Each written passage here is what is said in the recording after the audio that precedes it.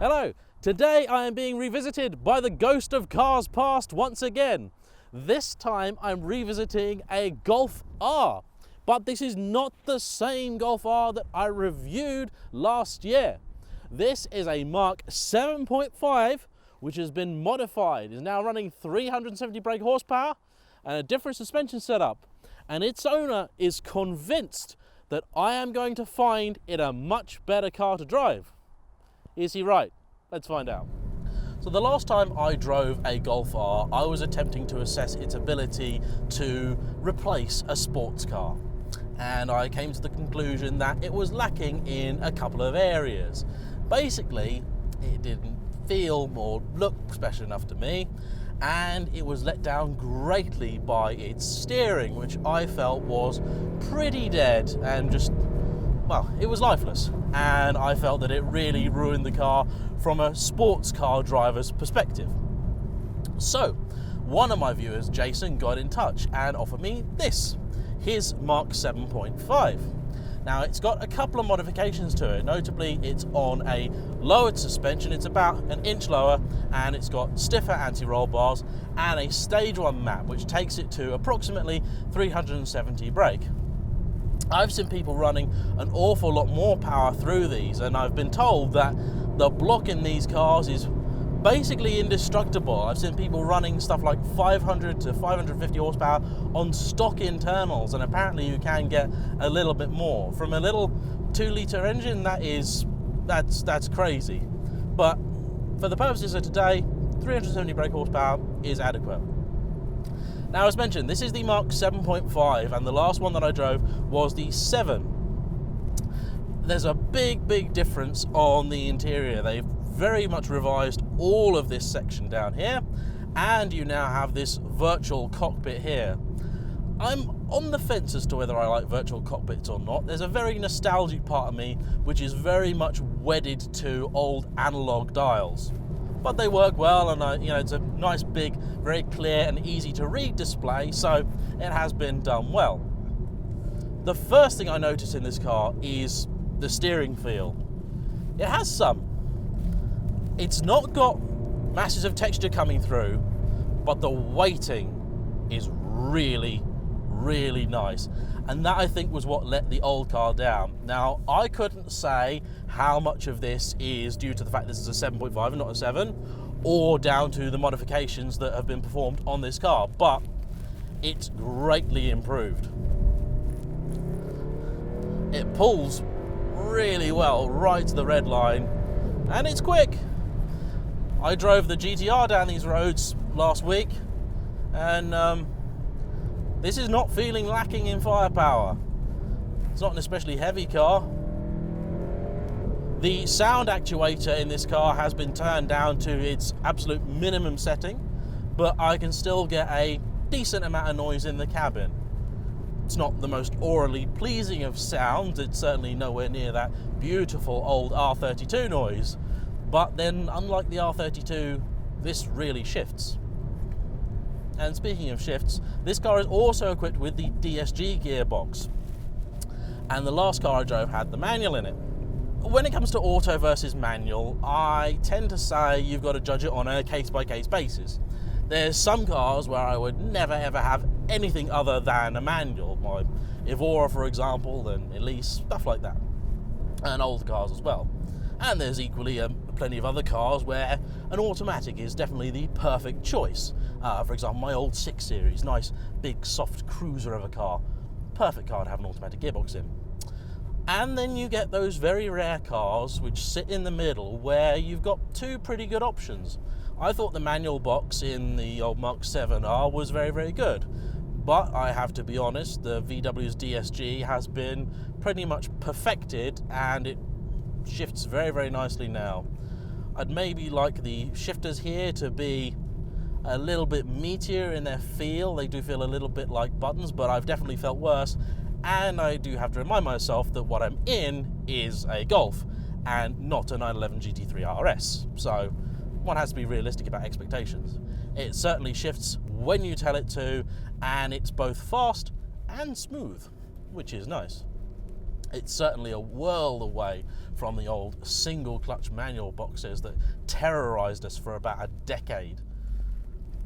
So despite the fact that this car has been lowered and has those stiffer anti-roll bars and such, it's fine. It rides really, really nice. This car does not have the dynamic chassis control because the car's owner knew that he was going to be altering the suspension and modifying it anyway, so he thought there's no point paying extra for a bit that he was likely going to remove afterwards, and I think he made absolutely the right decision. This rides really, really nicely. I have driven cars with the dynamic chassis control, and yeah, you feel a bit of a difference between the settings, but I'm a big fan of doing it passively and just getting it right. One concern that I had with this car is that because it was running 370 brake horsepower, that's the same amount of power from the same displacement engine as the Merc CLA 45. As everybody knows, my favourite car. And that car's issue was that you could feel that it basically lived or died depending on whether that turbo was spooling or not. In this car, not so much. So if I do the same test that I did in the Mercedes, where I've got the car at about 2,000 RPM and I put my foot down, it responds much quicker. Yes, there is some turbo lag, because there would be. It's still a small engine with a big turbo on it, and that's going to happen. When you've got the car on the move, when the turbo is spinning, it works nicely. And it does feel like you can, there's a reason to take it to the red line as well, which is nice. Not all turbo cars feel like that.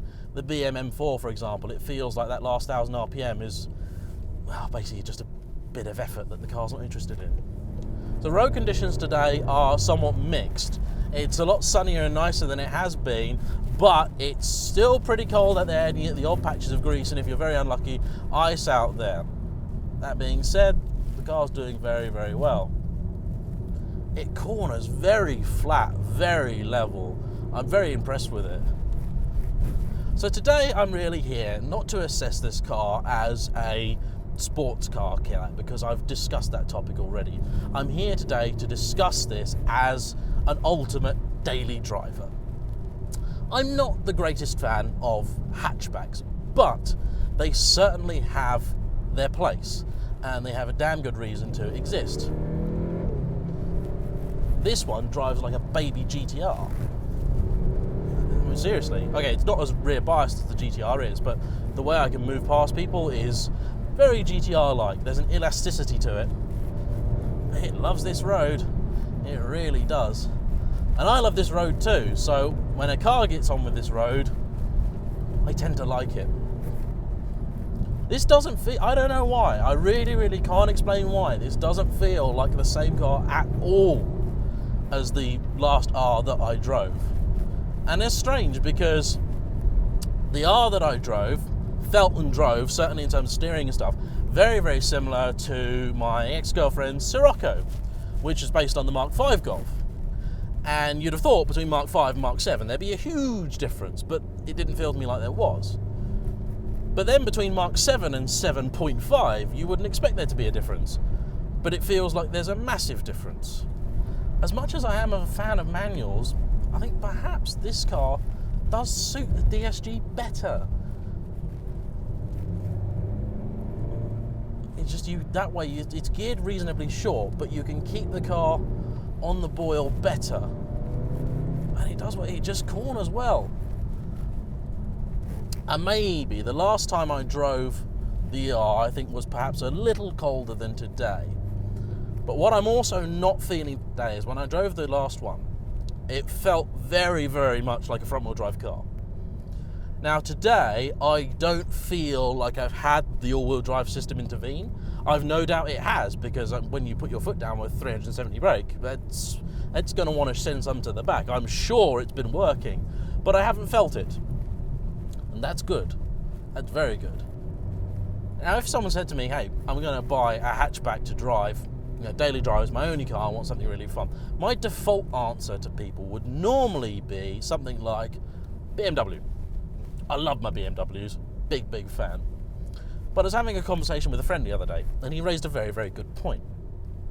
Because he said, my other half needs a new daily driver. She had a Golf, as it happened. And what do you want to get? He's thinking about Audi S3s, that kind of thing. And I said, oh, mate, easy. BM, M135, I get a deal on an old one, or an M140 if you really must buy a new one. And he said to me something, and he was right. He said, yeah, but she's going to drive it every day. The guy in that was 12. Seriously, the guy driving that was 12. I saw the acne. No, I'm waiting for the police to come the other way now. I can follow him. Like, welcome to the countryside, folks.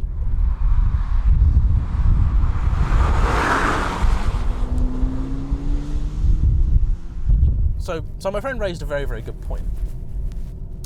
He said to me, look, I love a BMW as well. They're great and they're fun. And he daily drives a Mk7.5, the old one, which I will be reviewing soon, I promise. I was going to review it yesterday, but it was not suitable conditions, and I know you guys want to see the C63 driven properly. So that will be coming. But he said, look, it's going to be her daily driver, and it's going to be basically her only car. And an M140. He lives out in the countryside, and when it snows, the snow stays on his road quite frequently and for quite a long time. And he said, that amount of power in a rear-wheel drive car, I'm not sure that'll end well.